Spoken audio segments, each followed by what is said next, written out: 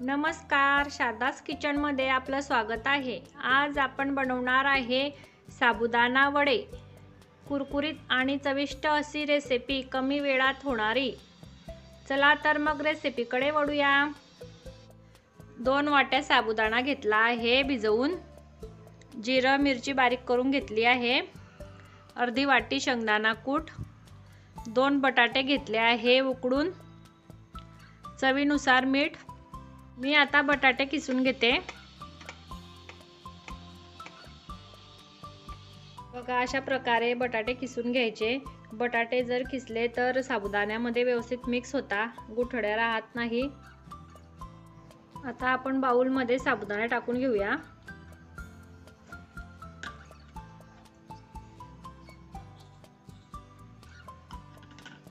शेंगदाणा कूट,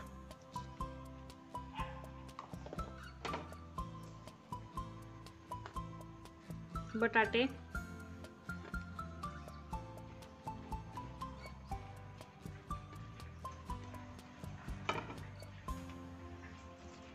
बारीक केलेली जिरं मिरची,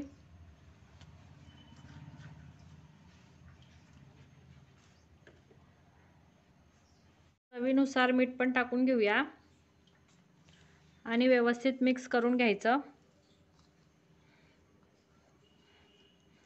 पाण्याचा वापर न करता मिक्स करायचं, व्यवस्थित मिक्स होते। बघा, असा घट्ट गोळा करून घ्यायचा वड्यांचा। आपण जर पाणी टाकलं तर थोडं सैल होते आणि वडे खूप तेल पितात, म्हणून पाण्याचा वापर करायचा नाही। हाताला थोडंसं पाणी लावून घ्यायचं आणि वडे तयार करायचे। बघा, असा गोळा करून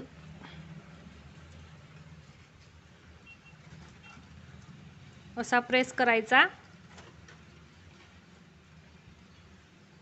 बघा, आपण अशा प्रकारे सगळे वडे तयार करून घेऊया। बघा, मी वडे तयार करून घेतले आहे। आता आपण तळून घेऊया। तेल तापायला ठेवलं होतं, तेल तापलं आहे। आता आपण वडे तळून घेऊया।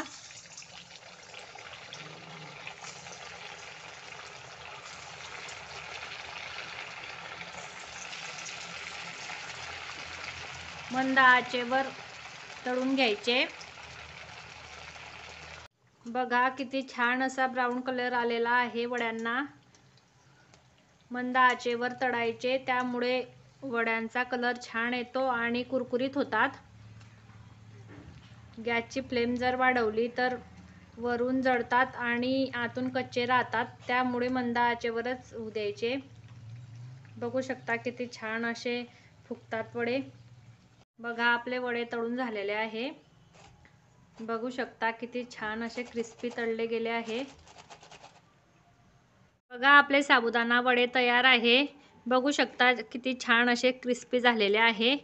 बाहेरून क्रिस्पी आणि आतून मऊ।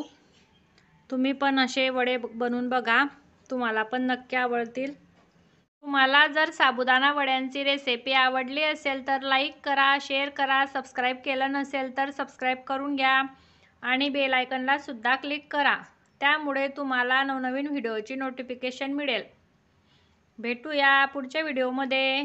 धन्यवाद।